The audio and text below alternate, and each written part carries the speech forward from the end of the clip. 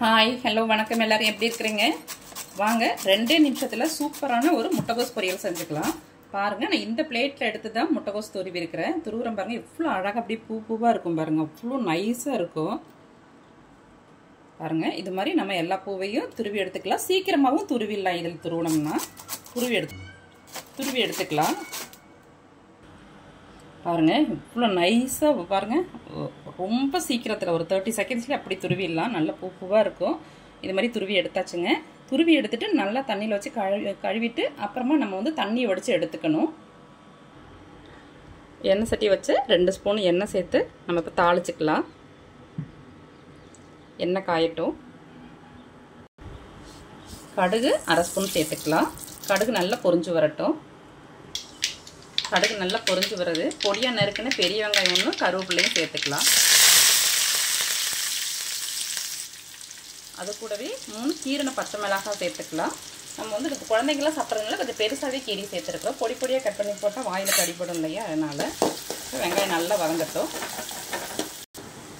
பாருங்க வெங்காயம் நல்ல ப்ரௌன் கலராக ஆகக்கூடாது. நம்ம செய்கிறது முட்டைகோஸ் பொரியல், அதனால் நல்ல வெள்ளையாகவே ஒரு டிரான்ஸ்பரண்ட் கலர் வரும்போது நம்ம வந்து முட்டைகோஸை சேர்த்துக்கலாம்.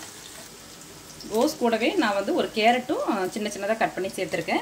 அது கூட ஒரு 1/2 ஸ்பூனு பாசி பருப்பும் 1/2 ஸ்பூனு கடலைப்பருப்பும் ஊற வச்சு சேர்த்துருக்கேன். அப்போ இது ரொம்ப டேஸ்ட்டாக இருக்கும் நம்ம அந்த பொரியல். இதை சும்மா கூட ஸ்நாக்ஸ் மாதிரி சாப்பிட்டுக்கலாம். பசங்களுக்கு வந்து இந்த முட்டைகோசெல்லாம் சாப்பிட மாட்டாங்க இல்லையா, இது மாதிரி செஞ்சு கொடுத்தீங்கன்னா சூப்பராக சாப்பிட்டுப்பாங்க. தண்ணியோடு சேர்த்துடக்கூடாது. தண்ணி நல்லா வடிச்சிட்டு சேர்த்துக்கணும். நம்ம கோஸ் சேர்த்துக்கலாம். பாருங்க எவ்வளோ நைஸு துருவலாக இருக்குன்னு.